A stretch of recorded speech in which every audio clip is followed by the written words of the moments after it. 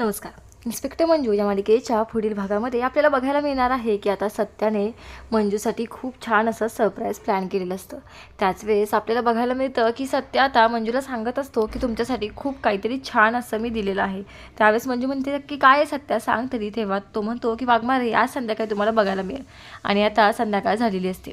सत्याने मंजूसाठी तिच्या आवडीच्या कलरची छान अशी साडी आणलेली असते आणि तो ती साडी मंजूला देतो आणि म्हणतो तयार व्हा, आपल्याला लवकर निघायचं आहे.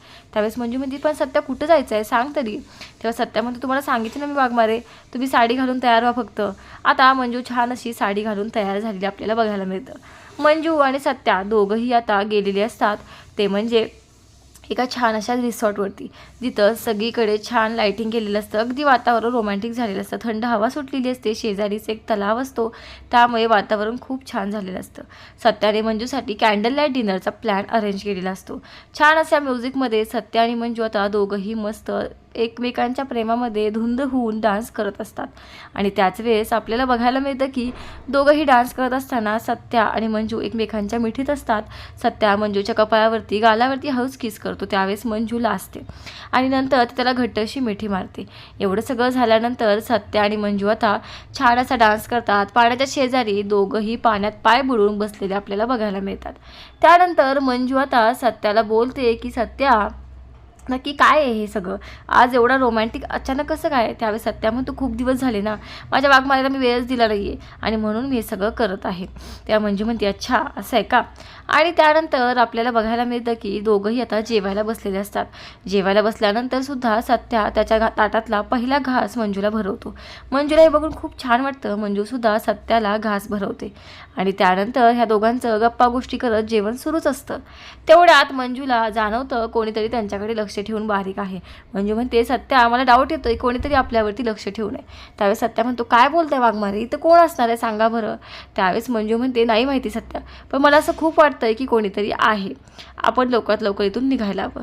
आणि आता बघतात तर काय तिथं खरंच आलेला असतो तो म्हणजे आर्यन तिथं आलेला असतो. कारण आर्यनला ही गोष्ट कळालेली असते की मंजू इथं कोणाला तरी भेटायला आली.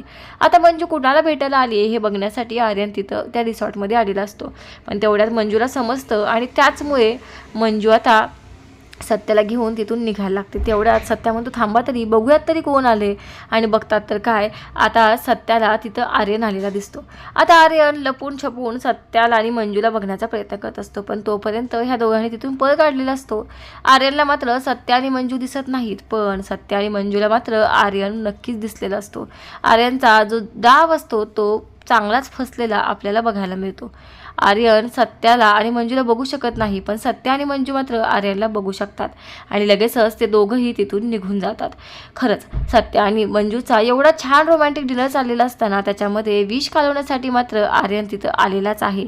आर्यनमुळे का असे ना ह्या दोघांना आता तिथून लवकर निघावं लागत आहे. सत्या आणि मंजूसाठी जो काही प्लॅन केलेला होता तो प्लॅन तसा पूर्ण झाला खरा, पण सत्याला मंजूसाठी अजून वेळ काढलेला होता, तो वेळ मात्र देता आला नाही. आता नक्की मालिकेत पुढं काय होणार, सत्या आणि मंजू दोघं मिळून आर्यनचं भिंग कसं फोडणार आणि मालिकेत अजून पुढं काय काय होणार हे पाहण्यासाठी बघायला विसरू नका इन्स्पेक्टर मंजू आणि आपल्या चॅनलला आजच सबस्क्राईब करा. शेवटपर्यंत हा व्हिडिओ पाहिल्याबद्दल थँक्यू.